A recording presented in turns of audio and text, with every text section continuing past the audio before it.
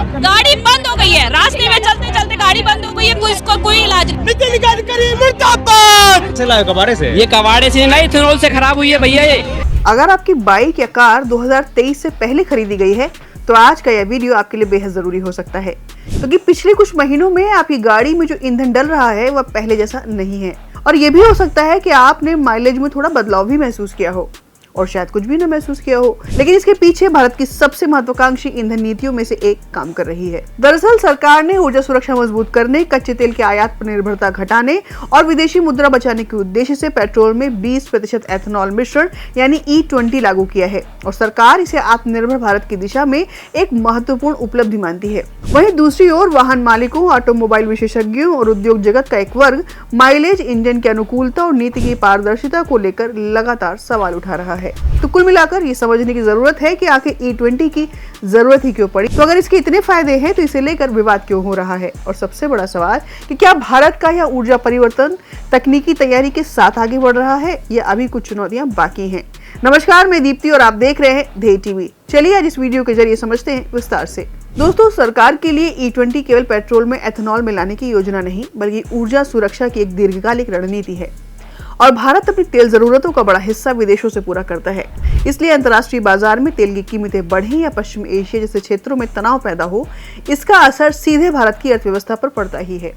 ऐसे में आयातित तेल पर निर्भरता कम करना सरकार की बड़ी प्राथमिकता है और सरकारी आंकड़ों के अनुसार एथेनॉल ब्लेंडिंग कार्यक्रम से अब तक लगभग 1.4 लाख करोड़ रुपए की विदेशी मुद्रा बचाने में मदद मिली है। साथ ही गन्ने, मक्का और अन्य कृषि उत्पादों से एथेनॉल बनने के कारण किसानों के लिए एक नया बाजार भी तैयार हुआ है और सरकार का यह मानना है कि इससे कृषि क्षेत्र को अतिरिक्त सहारा मिलेगा और कार्बन उत्सर्जन कम करने में भी मदद मिलेगी।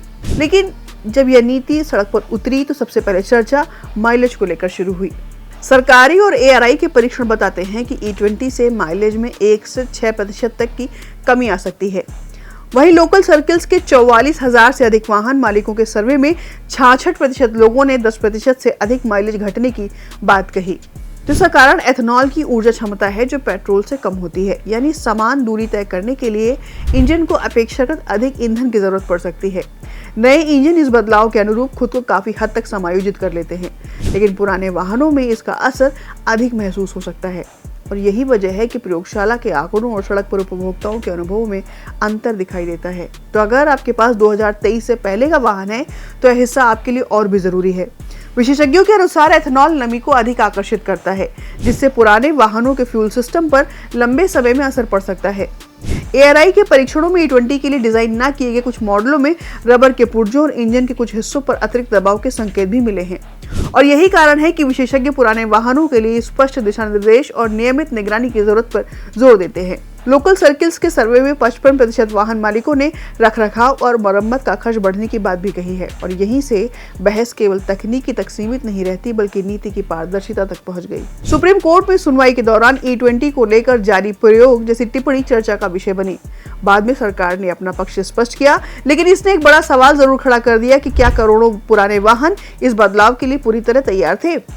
आलोचकों का कहना है कि वाहन कंपनियों और तेल उद्योग के साथ तो व्यापक चर्चा हुई, लेकिन आम उपभोक्ताओं तक तकनीकी जानकारी उतनी स्पष्टता से नहीं पहुंची और यही वजह है कि इंजन, वारंटी और रखरखाव को लेकर कई तरह की आशंकाएं बनी हुई हैं। और साथ ही आपको बताते चले कि भारत की तुलना अक्सर ब्राजील से की जाती है, लेकिन वहाँ कई जगह उपभोक्ताओं के पास अलग अलग मिश्रण वाले ईंधन चुनने का विकल्प भी होता है।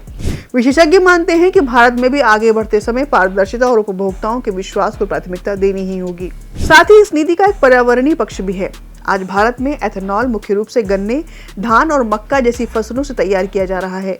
इनमें गन्ना और धान पानी की अधिक खपत करने वाली फसलें हैं, इसलिए विशेषज्ञों का सुझाव है कि भविष्य में कृषि अवशेषों और कम पानी वाली फसलों से बनने वाले एथेनॉल को अधिक बढ़ावा दिया जाए ताकि ऊर्जा सुरक्षा और पर्यावरण संरक्षण के बीच संतुलन बना रहे।